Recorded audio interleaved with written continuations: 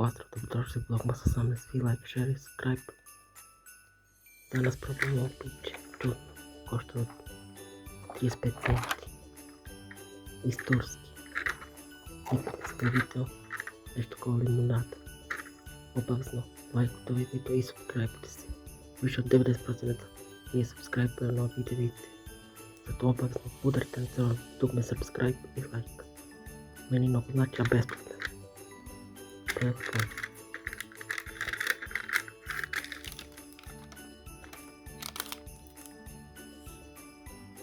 Evo kako izgleda. Miris. Užasan. Kako će ga probam? Mnogo.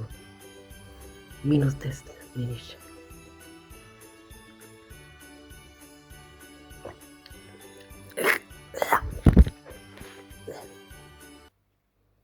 Užasan.